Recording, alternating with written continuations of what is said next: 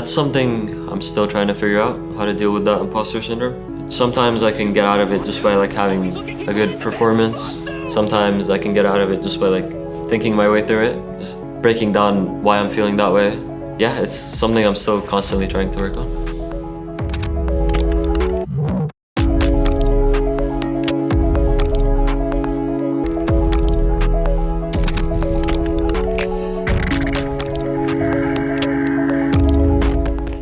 Okay, so my dad promised my mom, because she's a really big cat person, that at some point we were gonna get a cat. Once we like fully settled down in Canada, that was when we first came over. And then one day my sister was like looking for cats, and then she saw like I think it was like a farm or a barn, and the guy wanted to have people adopt his cats because he couldn't take care of that many. Like his mom cat had like 10 kittens. So my sister just brought the cat home one day without saying anything. And my mom was like really excited. My dad was like skeptical, but as soon as the cat like walked up to him, I could see like his heart melted basically. Yeah, and that's like kind of when he became the family pet. That was like 2 years ago. I mean, family at the end of the day is like the most important thing to me. I don't know how to like actually put it on a scale of importance because it's not like too much of a logical thing. It's just like whenever I think back to what makes me like comfortable or where I feel the most at home, it goes back to my family, which I feel like is a product of how I grew up. It's just like I'm used to a lot of love from my parents. I was pretty close with my siblings, and for that reason I think family became really important to me, just because I saw that if nobody really has your back, at the end of the day, your family is like the only place you can turn back to. I come from a Middle Eastern family, so I had like two paths, either doctor or lawyer or not in the house. But my mom always wanted me to do what made me happy, as long as it didn't throw my future away. But my dad was more like the traditional route. He wanted me to finish a degree and get like a secure job. But he slowly got turned over when he saw how much I actually like cared about it or liked it. That helped a lot. And then my older brother also helped me a lot. He like made everything more palpable, I guess, for my dad, because you know, if you go to someone who grew up in the 1900s and tell them like, this guy is gonna play video games for a living and people are gonna watch, it's like, it just sounds silly. So at the beginning, they definitely were like very skeptical and didn't want me to do it. But now they're very supportive. I don't know how Ethernet really works too well. Like, I don't know if wireless Ethernet is a thing, but my room is like the farthest away from the router in my house.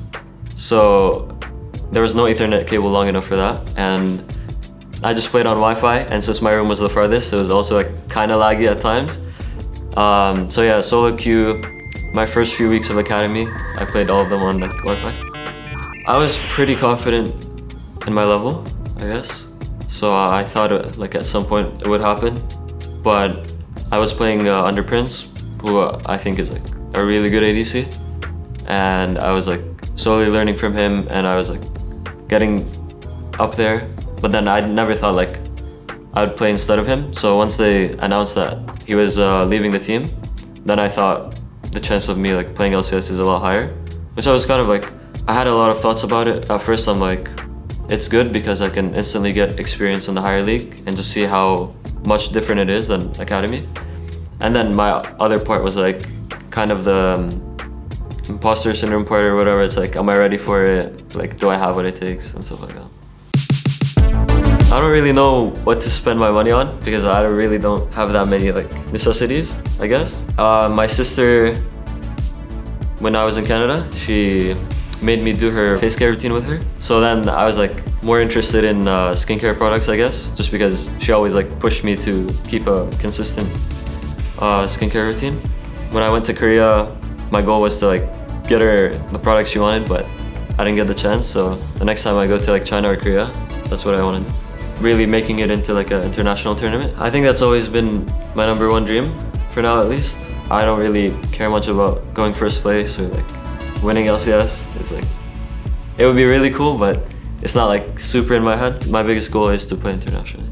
Recently, my favorite ADC to watch was Elk. In last year's MSI and Worlds, I was like really impressed by how good he was. Ruler is also high up there. So I'd say like my top 3 are like elk, ruler, guma.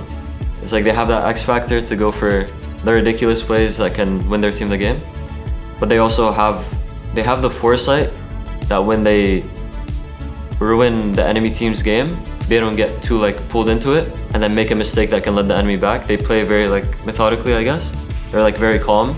They don't feel the need to, I guess, just like lose the game on one play. So they're really good at holding pressure once they create it. And I feel like I can do what they do, but I haven't reached that level yet. So I'm just trying to figure out how to reach that level, I guess. How to have that same, I feel like they're very focused. They never like lose sight of the game or their win conditions. So that's what I'm trying to learn to do. I think it's only a matter of time till I reach the level that I want to, or like I see the very good ADCs be at. Just because when I'm really on point, I feel like I'm really good at the game, but then when I'm inconsistent, I feel like I'm not so good at the game. So if I can find where those inconsistencies stem from, and if I could keep like growing as a player and learning from my team, from other players, then I think I can reach that ceiling. I think I'm very aggressive. Sometimes it's like brain dead aggression, sometimes it's calculated. That's what I'm trying to transition more into, like calculated aggression, where I take every variable into factor so I can decide on my best possible play instead of just like seeing the enemy on my screen and thinking I need to kill them. My confidence fluctuates, kind of, based on performance or like how I feel about myself on like that given week or something like that. Usually I am very confident in myself and I trust myself to execute hard things. But then there's weeks where like maybe scrims didn't go too well, maybe there's something I've been working on that I didn't feel I made progress in, where I'm not as confident, I guess. I'm just like, yeah, it's just not as confident. Sometimes I play the games that I play on stage or on scrims, and I feel like I do really well, and then I throw it all away doing like one stupid mistake. And then usually I can tell what that mistake is before I even make it, but I guess it's like something that I need to shift in my mindset, where I make that mistake anyway just to see if it actually is bad. So yeah, sometimes after a scrim game or after stage matches, I just feel like I'm missing one thing that can kind of take me to the next level, like make me a player that can pressure in lane, get a lead and actually hold it, and then continue progressing the game instead of like pressuring, getting a lead and then making that one mistake that kind of ruins everything.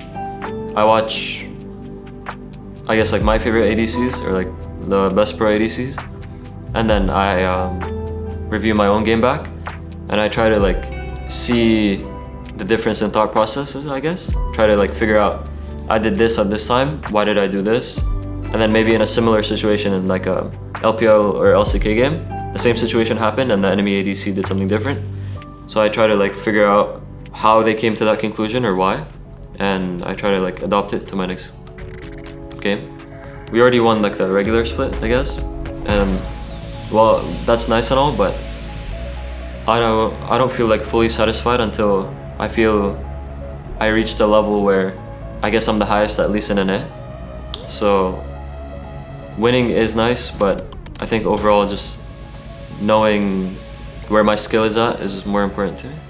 I would like to prove to myself that I can create leads and opportunities for myself and then have enough discipline to not throw it all away.